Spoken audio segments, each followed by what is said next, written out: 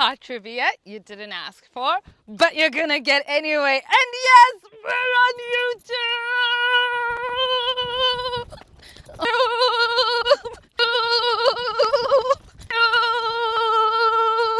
Behind me is one of Volvo's fastest production cars ever. This is the Volvo EX30 twin motor performance. It goes 0 to 100 in 3.6 seconds. And yes, you heard me right, that is faster than some of your dream cars. You're welcome. I love breaking bad news. Stats are easy. It produces 312 kilowatts, 534 newton meters of torque, so it's very punchy. It's got an electronically capped top speed of 180 kilometers per hour. So much like the Bugatti Chiron Supersport 300 Plus, except 200k slower. Let's talk about the EX30's striking appearance. You see, there are a lot of sculpted body lines, even these indentations on the bonnet that give the aerodynamics a bit of an edge. That allows you to get that lead time of 3.6 seconds. Speaking of which, the all-wheel drive system works with two motors. That's why it's a twin motor. There's one motor on the front axle and one motor on the rear axle, so you can toggle that on and off, either put it in all-wheel drive or in rear-wheel drive. This color is called Onyx Black. You've got these Thor's Hammer headlights that are also featuring on the EX90, and I think they're fantastic and super cool, and they actually make it look really aggressive. And these 20-inch tires are standard on the twin motor performance. So, I had the Volvo EX30 Ultra Twin Motor Performance on test, and I decided to do something a little unhinged. Drive it from Johannesburg to Mbombela. Yep, me, a first-time EV tester, hitting the open road with nothing but 99% battery, 343 kilometers of range, and vibes. But I just told myself, it's fine. If anything crazy happens, if I die, I die, but I'll be in a Volvo, so I'll die safely.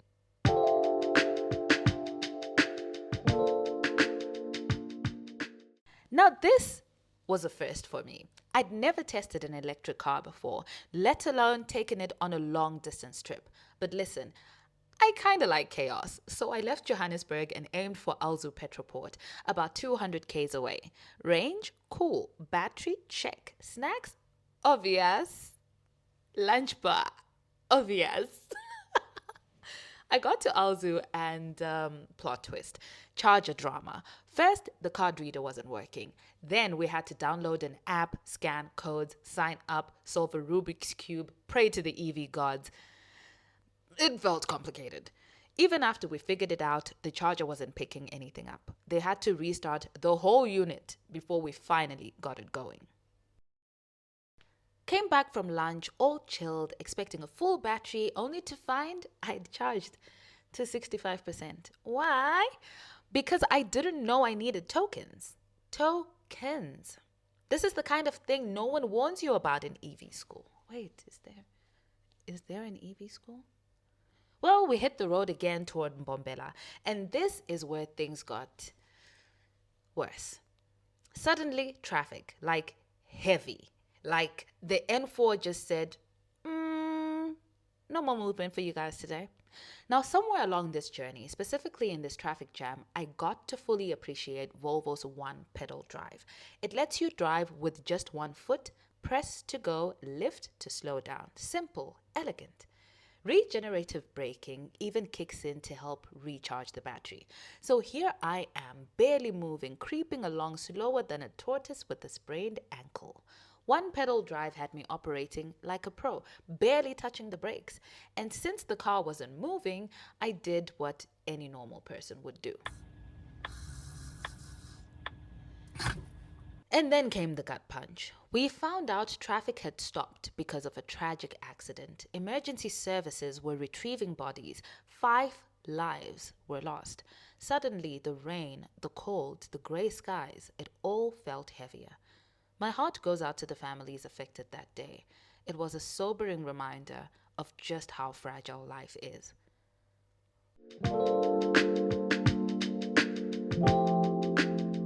We finally pulled away after about 4 hours and arrived in Mbombela around 8 p.m.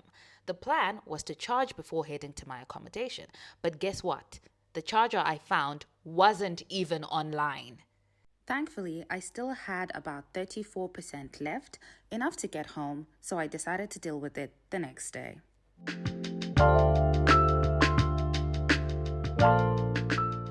Now let's talk about something beautiful. I decided to drive to God's window. If you haven't been, add it to your bucket list immediately. And yes, I'm telling you what to do with your time. It's lush, it's green, it's basically South Africa flipping its hair and showing off. The drive there was smooth. The EX30 told me I'd arrive with 45% battery and have to charge on the way home. Cool, cool, cool. Left God's window with about 42%. Stopped at a mountain pass to take pics because content is life. And when I got back into the car, 19%. Excuse me? It said I had less than 100 k's of range left, and I still had about 60, 70 kilometers to cover. I was very much in the middle of nowhere on a Sunday during Easter, the kind of quiet that makes you feel the silence. Turns out the issue was me. Well, me and a feature I forgot about. I had unlocked the car, stopped to take pictures, but I didn't lock it. You see, the EX30 doesn't have a start button, so the minute you unlock it, it's on, so to speak.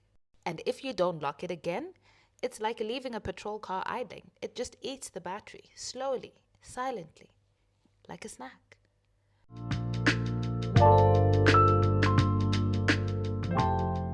Back in Mbombela, I charged at Ilanga Mall. Shout out to Grid Cars, it was smooth sailing. Used the app, tap to charge, and boom, notifications even let you know when charging starts and stops.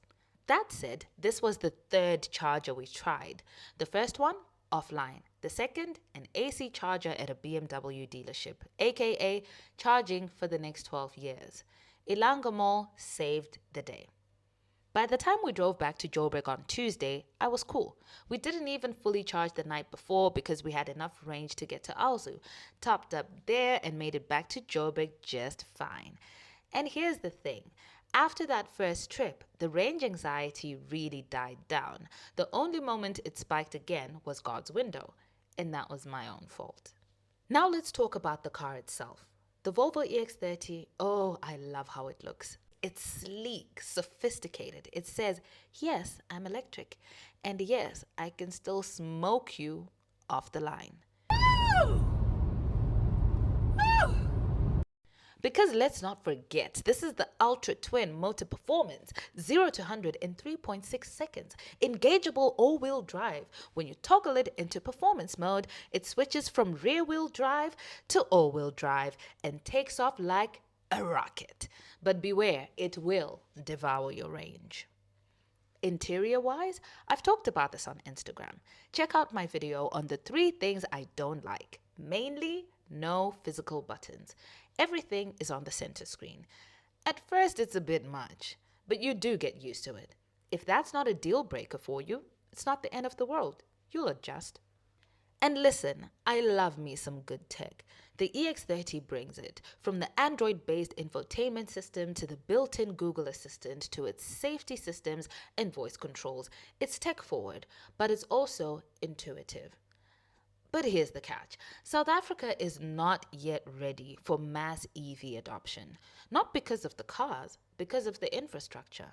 If we want more EVs on the road, we need a number of things. Number 1, more chargers with faster speeds. Number 2, a standardized user-friendly payment system. Number 3, better education around EV driving, charging, and features. Although I have to give props to Alzu, they had a dedicated guy who came to help us when the charger wasn't working. So shout out to you guys. And number 4, reliable power. Yes, Eskom, we're looking at you. The thing is, electric cars are actually cheaper to run. It cost me about 500, 600 Rand to charge and get over 300 k's of range. Meanwhile, a full tank of fuel can easily cost over 1,000 Rand for the same distance. So this should be the future, but we need to make that future accessible. So, my final thoughts? The Volvo EX30 surprised me, it terrified me, it educated me, and it made me laugh. It gave me a taste of the future and made me wish that future was a little bit closer.